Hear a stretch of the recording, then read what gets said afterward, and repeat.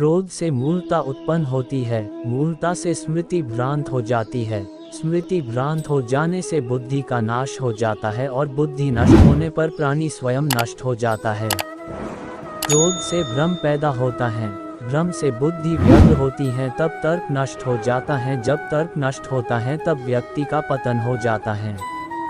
लंबा धागा और लंबी जुबान केवल समस्या ही पैदा करती है, इसलिए धागे को लपेटकर और जुबान को समेटकर ही रखना चाहिए। इस संसार में धाधार कुन पाने की चीज है तो वह है ईश्वर, और कुछ जानने की चीज है तो स्वयं की मैं कौन हूँ। धवार स्वयं की जान लिया तो हमारा जीवन सार्थक हो जाएगा। हृदय से जो दिया जा सकता है वह हाथ से नहीं, और मौन से जो कहा जा सकता है वह शब्द से नहीं। संसार जरूरत के नियम पर चलता है। सर्दियों में जिस सूरज का इंतजार होता है उसी सूरज का गर्मियों में तिरस्कार होता है। अतः आपकी कीमत तब होगी जब आपकी लोगों को जरूरत होगी। लोहा नर्म होकर औजार बन जाता है, सोना नर्म होकर जेवर बन जाता है, मिट्टी नर्म होकर खेत बन जाती है, आटा नर्म होता है तो रोटी बन जाती है। ठीक इसी तरह इंसान भी नर्म हो जाए तो लोगों के दिलों में अपनी जगह बना लेता है। मुझे क्या हक, मैं किसी को मतलबी कहूँ। खुदा को मैं खुद ही मुसीबत में याद करता हूँ।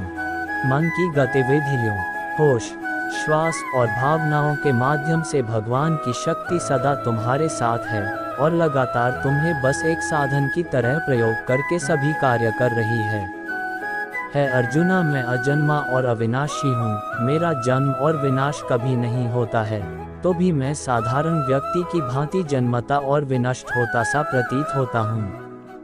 समस्त प्राणियों का ईश्वर होते हुए भी उनके जैसा ही प्रतीत होता हूँ। मेरे अवतार तत्व को न समझने वाले लोग जब मैं मलय, कच्छप, वाराह और मनुष्यादि रूप में प्रकट होता है तब मेरा जन्म हुआ मानते हैं और जद में अंतर्धान हो जाता है उस समय मेरा विनाश समझ लेते हैं। जब मैं उस रूप में दिव्य लीला करता हूँ तब मुझे अपने जैसा ही साधारण व्यक्ति समझाकर मेरा तिरस्कार करते हैं। वे बेचारे इस बात को नहीं समझ पाते कि ये सर्वशक्तिमान सर्वेश्वर साक्षात पूर्ण ब्रह्म परमात्मा ही जगत का कल्याण करने के लिए इस रूप में प्रकट होकर दिव्य लीला कर रहे हैं। क्योंकि मैं उस समय अपनी योग माया के पर्दे में छिपा रहता हूँ। भगवान श्री कृष्ण की पत्नी सत्यभामा के मन में एक दिन एक विचित्र विचार आया। उन्होंने तय किया कि वह भगवान श्री कृष्ण को अपने गहनों से तौलेंगी। श्री कृष्ण ने जब ये बात सुनी तो बस मुस्कुराए, बोले कुछ नहीं। सत्यभामा ने भगवान को तराजू के पलड़े पर बिठा दिया। दूसरे पलड़े पर वह अपने गहने रखने लगी। भला सत्यभामा के पास गहनों की क्या कमी थी, लेकिन श्री कृष्ण का पलड़ा लगातार भारी ही रहा। अपने सारे गहने रखने के बाद भी भगवान का पलड़ा नहीं उठा तो वह हार कर बैठ गईं। तभी रुक्मिणी आ गईं। सत्यभामा ने उन्हें सारी बात बताई। रुक्मिणी तुरंत पूजा का सामान उठा लाईं। उन्होंने भगवान की पूजा की। जिस पात्र में भगवान का चरणोदक था उसे उठाकर उन्होंने गहनों वाले पलड़ों पर रख दिया। देखते ही देखते भगवान का पलड़ा हल्का पड़ गया। ढेर सारे गहनों से जो बात नहीं बनी वह चरणोदक के छोटे से पात्र से बन गई। सत्यभामा ये सब आश्चर्य से देखती रहीं। उन्हें समझ में नहीं आ रहा था कि ऐसा कैसे हुआ। धर्म सेवा रण से तभी वहां नारद मुनि आ पहुँचे। उन्होंने समझाया, भगवान की पूजा में महत्व सोने चांदी के गहनों का नहीं, भावना का होता है। रुक्मिणी की भक्ति और प्रेम की भावना भगवान के चरणोदक में समा गई। भक्ति और प्रेम से भारी दुनिया में कोई वस्तु नहीं है। भगवान की पूजा भक्ति भाव से की जाती है, सोने चांदी से नहीं। पूजा करने का ठीक धन भगवान से मिला देता है। सत्यभामा उनकी बात समझ गईं। वाह, एक गृहस्थ ने 3 किए जिनमें उसका सब धन खर्च हो गया। गरीबी से छूटने के लिए विद्वान ने बताया कि तुम अपना यज्ञों का पुण्य अमुक सेठ को बेच दी, वह तुम धन दे देंगे। वह व्यक्ति पुण्य बेचने चल दिया। रास्ते में एक जगह करने बैठो, एक भूखी कुतिया वहां बैठी मिली जो बीमार भी थी फिर भी नहीं सकती थी। उसकी दशा देखकर गृहस्थ को दया आई और उसने अपनी रोटी कुतिया को खिला दी और खुद भूखा ही आगे चल दिया। सेठ के यहाँ पहुँचा तो उसने कहा, तुम्हारे जमा है, किसका पुण्य बेचना चाहते हो? गृहस्थ ने कहा, मैंने तो 3 ही किए थे। पर चाय का सेठ ने कहा, ये दया यज्ञ है, इसका पुण्य उन तीनों से बढ़कर है।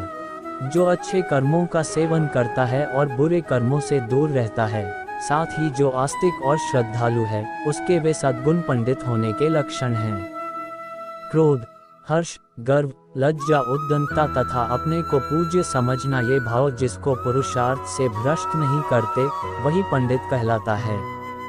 पति मर सकता है, स्त्री को छोड़ भी सकता है, फिर भी नए घर जाते समय लड़की को चिंता नहीं होती। परंतु भगवान न तो कभी मरते हैं और न कभी छोड़ते ही हैं, फिर भगवान से संबंध जोड़ने पर किस बात की चिंता? भगवान को पकड़ना तो आता है, पर छोड़ना आता ही नहीं। मैं भगवान का है और भगवान मेरे है, इस अपनेपन के समान कोई भी योग्यता, पात्रता, अधिकारिता आदि नहीं है। भक्त को अपनी योग्यता आदि की तरफ न देखकर केवल भगवान के अपनेपन की तरफ ही देखते रहना चाहिए। भगवान में अपनापन सबसे सुगम और श्रेष्ठ साधन है। होंठ लगाई बांसुरी तो ठहर गया ब्रिज धाम, थिरकने लगी राधिका जब मुस्कुराए घनश्याम। किसी के कहने से यदि अच्छा या बुरा होने लगे तो ये संसार या तो स्वर्ग बन जाए या पूरी तरह से नर्क। इसलिए ये ध्यान मत दो कि कौन क्या कहता है, बस वो करो जो अच्छा है और सच्चा है। बिना हक का जब लेने का मन होता है, वहाँ महाभारत की शुरुआत होती है। जब अपने हक का भी छोड़ देने का मन होता है, वहाँ रामायण की शुरुआत होती है। धन से नहीं, मन से अमीर बने, क्योंकि मंदिरों में स्वर्ण कलश भले लगे हो, लेकिन नतमस्तक पत्थर की सीढ़ियों पर ही होना पड़ता है। प्रेम एक ऐसा अनुभव है जो मनुष्य को कभी हारने नहीं देता, और घृणा एक ऐसा अनुभव है जो इंसान को कभी जीतने नहीं देता। रंग बदलती दुनिया देखी देखा जग व्यवहार, दिल टूटा तब मन को भाया ठाकुर तेरा दरबार। केवल मन ही किसी का मित्र और शत्रु होता है, ऐसा कोई नहीं। जिसने भी इस संसार में अच्छा कर्म किया हो, उसका बुरा अंत हुआ हो, चाहे इस काल में हो या आने वाले काल में। समय जिसका साथ देता है, वो बड़ों को मात देता है। जिस घर में माँ बाप हंसते हैं, उसी घर में भगवान बसते हैं। जिंदगी को इतना सस्ता मत बनाओ कि 2 कौड़ी के लोग आपकी फीलिंग्स से खेल के चले जाएं। इंसान को परखना है तो बस इतना कह दो कि मैं तकलीफ में हूँ, फिर इंसान अपनी औकात दिखा देगा। विश्वास ना हो तो करके देख लीजिए। 1 मिनट की सफलता बरसों की असफलता की कीमत चुका देती है।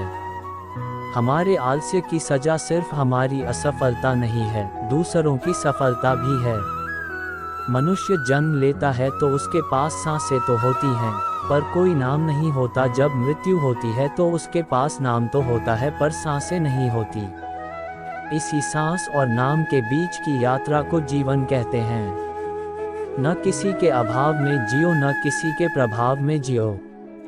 ये जिंदगी है आपकी, अपने स्वभाव में जियो। जीवन में आधे दुख इस कारण जन्म लेते हैं क्योंकि उनसे आशाएं बड़ी होती है। इन आशाओं का त्याग करके देखो, जीवन में सुख ही सुख है। सदैव सदैव करने वाले व्यक्ति के लिए प्रसन्नता ना इस लोक में है, ना ही कहीं और है। जो मन पर नियंत्रण रखता है, वह गर्मी और ठंड में, सुख और दर्द में और मान अपमान में शांत रहता है और सदा परमात्मा के प्रति दृढ़ रहता है। हर शाम हर किसी के लिए सुहानी नहीं होती, हर प्यार के पीछे कोई कहानी नहीं होती। कुछ असर तो होता है 2 आत्मा के मेल का, वरना गोरी राधा सांवले कृष्णा की दीवानी न होती। क्रोध बुरा होता है, पर जहाँ जरूरत हो वहाँ दिखाना ही चाहिए, नहीं तो गलत करने वाले को एहसास ही नहीं होगा कि वो गलत कर रहा है, और वो आपके साथ हमेशा वैसा ही व्यवहार करेगा। तुम्हारा क्या गया जो तुम रोते हो? तुम क्या लाए थे जो तुमने खो दिया? तुमने क्या पैदा किया था जो नाश हो गया? जो लिया यही से लिया, जो दिया यही पर दिया, जो लिया इसी ईश्वर से लिया, जो दिया इसी को दिया। न तुम कुछ लेकर आए,